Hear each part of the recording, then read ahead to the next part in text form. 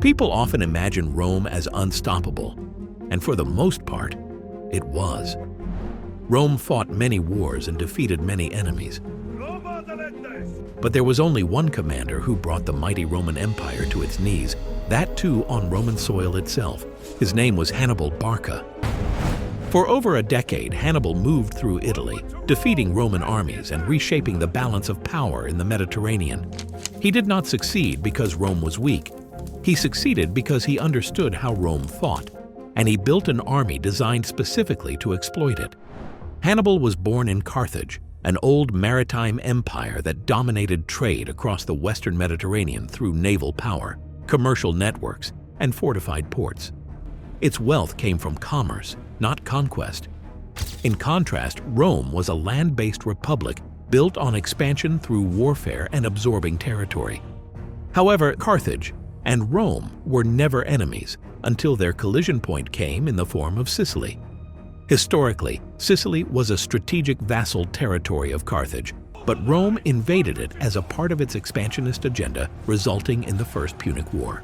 The war lasted for 23 years and was primarily fought at sea, with both sides losing more than 1,200 ships and 200,000 men. The conflict ended in 241 BCE after Rome secured a decisive naval victory that forced Carthage to surrender for peace. Under the settlement, Carthage surrendered Sicily, paid a heavy war indemnity, and effectively conceded naval supremacy in the western Mediterranean. It was at this time that Hannibal was born in Carthage, a state built on maritime dominance that had been stripped of its naval capability. The empire was only able to recover through expansion in Iberia, under the command of Hannibal's father, Hannibal Barca. The gains from the Spanish conquest funded Carthaginian armies, paid indemnities, and restored economic stability. Hannibal grew up in this environment under the tutelage of his father and was trained from childhood in warfare, logistics, and command. Unlike Roman generals, who were often politicians temporarily placed in command, Hannibal was a professional soldier from the beginning. However, by this time, Rome only viewed Carthage as a declining power, while Hannibal did not. For Hannibal, confrontation with Rome was inevitable as he wanted to restore Carthage to its former glory. However, at that time, Carthage could no longer challenge Rome directly at sea, nor could it afford another drawn-out war on Roman terms. The solution was to rebuild power away from Roman reach, and Iberia became that base. Hannibal led continuous campaigns against Iberian tribes, securing territory through warfare and negotiation. This was not random expansion. Hannibal was shaping an army that could operate differently from Rome's predictable military system. Hannibal's army was a multinational force made up of Iberian infantry, Libyan heavy troops, Numidian light cavalry, Celtic warriors, and later Italian allies. Hannibal's strength was coordination. These groups did not fight independently. He integrated them into a unified system and adjusted tactics based on terrain and enemy behavior. Logistics mattered just as much. His army moved quickly because it carried minimal baggage. From the moment Hannibal assumed command in Iberia, his strategy was clear. If Carthage was to survive, the war had to be taken directly into Italy. The immediate trigger came in 218 BCE, when Rome declared war after Hannibal's capture of Saguntum, a Roman ally in Iberia. Hannibal understood that Rome would respond predictably by mobilizing fleets and preparing for an invasion from the sea or southern Italy, so Hannibal chose an unexpected approach. He marched through Gaul and crossed the Alps into northern Italy with roughly 50,000 infantry, 9,000 cavalry, and 37 elephants. The crossing was extremely difficult. By the time Hannibal reached Italy, his force had been reduced significantly.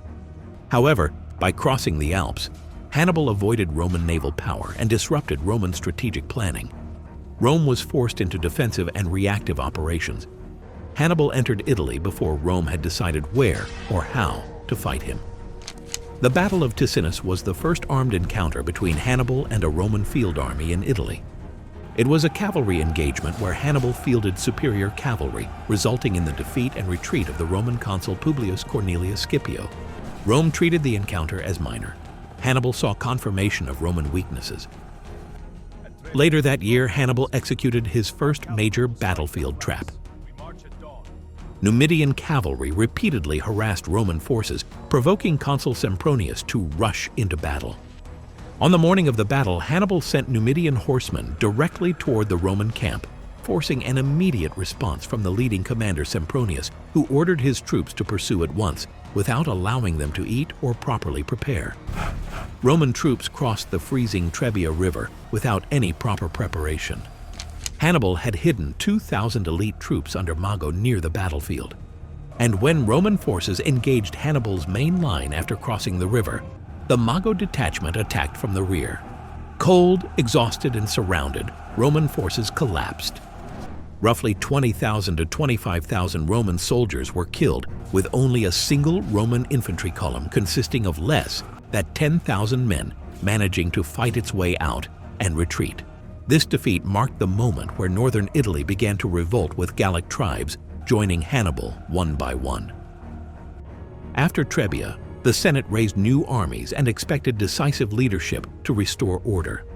That leadership fell to Gaius Flaminius, a consul known for speed, confidence, and political ambition. In the spring of 217 BCE, Hannibal deliberately ravaged the Italian countryside, burning farms and villages in full view of Roman positions to humiliate and challenge Flaminius to act. Flaminius chose pursuit, with Hannibal retreating eastward towards a narrow road running between steep wooded hills and Lake Trasimene. The Romans entered without deploying into formation, unaware they were already surrounded. When the attack began, there was no Roman battle line, no coordinated command. Flaminius was killed early in the fighting. Units fought in isolation, pressed toward the lake, cut down from the hills, or driven into the water, where many drowned under the weight of armor. Nearly the entire Roman force was destroyed or captured. Lake Trasimene was not a battle, it was annihilation. After repeated defeats, Rome assembled its largest army ever. At Cannae, Rome deployed nearly 80,000 infantry and 6,000 cavalry. Hannibal commanded roughly half that number. He arranged his infantry in a curved formation, specifically in the form of a convex crescent, placing weaker troops at the center and elite African infantry on the flanks. As the battle began, Hannibal's center deliberately fell back in a controlled retreat, maintaining cohesion while drawing Roman legions inward. Roman infantry pressed forward aggressively, compressing itself, losing lateral flexibility and surrendering command control in the process. Between 50,000 and 60,000 Roman soldiers died in a single day. It remains one of the most devastating battlefield defeats in military history. Lake Trasimene, a disaster. After Cannae, Rome faced an existential crisis. Southern Italian cities like Capua joined Hannibal, and by every conventional metric, the war should have ended. However, Rome adopted a new approach using the Fabian strategy, and its logic was simple: do not fight Hannibal on his terms and avoid head-on battles. When Hannibal advanced, Roman forces withdrew. When he paused, they struck supply lines, destroyed crops, burned forage, and evacuated populations from areas he could exploit. Cities were reinforced, garrisons strengthened, and Hannibal was forced to keep moving without secure bases or steady resupply. Hannibal had defeated Roman armies, but when Rome refused to face Hannibal in battle, several constraints became increasingly clear. Hannibal lacked siege equipment capable of taking Rome itself or any other large cities. He also lacked the reinforcements needed to replace losses. Rome also did something unusual. It studied Hannibal. Roman commanders improved cavalry coordination, reconnaissance, and tactical flexibility. One Roman general, Publius Cornelius Scipio, absorbed these lessons particularly well.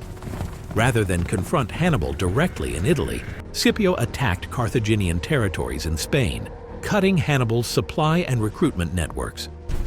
The final confrontation came in North Africa, where Hannibal faced Scipio at the Battle of Zama. Scipio countered Hannibal's elephants with corridor formations and used improved cavalry tactics supported by Numidian allies. The battle was not a collapse, it was competitive. But this time, Hannibal's adaptability was matched. When Roman cavalry returned to the battlefield and struck from behind, the roles reversed. Hannibal was defeated with tactics that Hannibal himself had once perfected. Although Zama ended the war, it did not erase Hannibal's earlier victories, nor did he disappear after defeat. Hannibal returned to Carthage and became a political reformer, restructuring finances and reducing corruption. Rome continued to view him as a threat and eventually forced him into exile. Hannibal spent his final years moving between kingdoms, while Rome demanded his surrender. Facing capture, he chose suicide. Rome defeated Hannibal militarily, but Hannibal reshaped Roman military evolution. Hannibal lost the war, but he changed history.